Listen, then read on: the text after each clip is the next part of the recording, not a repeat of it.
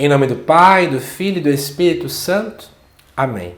Amados irmãos e irmãs, é com muita alegria que nós estamos aqui para juntos estudar e meditar o Evangelho que a Igreja nos apresenta para a solenidade de São José. O texto se encontra lá em Mateus capítulo 1, que diz assim: Jacó gerou José, o esposo de Maria, da qual nasceu Jesus, que é chamado Cristo. A origem de Jesus Cristo foi assim.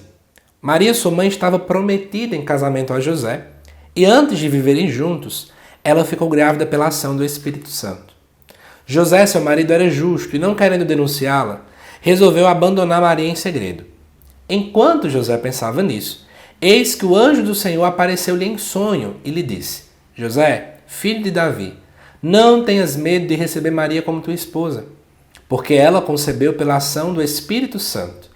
Ela dará à luz um filho e tu lhe darás o nome de Jesus, pois ele vai salvar o seu povo dos seus pecados. Quando acordou, José fez conforme o anjo do Senhor havia mandado. Amados irmãos e irmãs, vamos entender esse texto. Primeiro, nós começamos com o versículo 16, que é a finalização do capítulo da genealogia contida no capítulo 1 de Mateus. Se você observar, o início do Evangelho de Mateus começa mostrando toda a árvore genealógica e aí acaba comprovando que Jesus é de fato descendente de Davi e também de Abraão.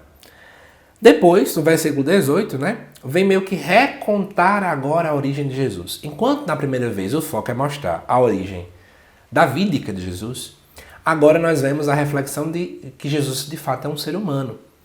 É 100% homem e 100% Deus. Por esse motivo, começa no versículo 18. A origem de Jesus foi assim: Maria, sua mãe, estava prometida em casamento a José. Isso porque naquele tempo os casamentos judaicos eram feitos em duas partes. Primeiro, existia um contrato, algo contratual entre as famílias. As famílias, faziam esse pacto, ok? Seria alguma espécie de noivado hoje, mas não é exatamente, tá bom? Porque as famílias faziam esse contrato, mas os noivos não coabitavam, não viviam juntos, mal se viam. Mas eles já sabiam quem é a quem estava prometido. Um ano depois, aparecia de fato a consumação matrimonial, que inclusive se dava com a relação sexual. Como aqui fala que ele estava apenas prometido a Maria, é porque, na verdade, eles não tinham relação sexual, não eram noivos, nada disso. E aqui diz que antes de viverem juntos, o Evangelho afirma isso, diz que ela foi grávida pela ação do Espírito Santo. Aí vem a hora, José vai pensar o quê? Então, o versículo 19 é muito claro em dizer que José era justo. E aí, gente, tem muita teoria para a justiça de José. José era justo por quê?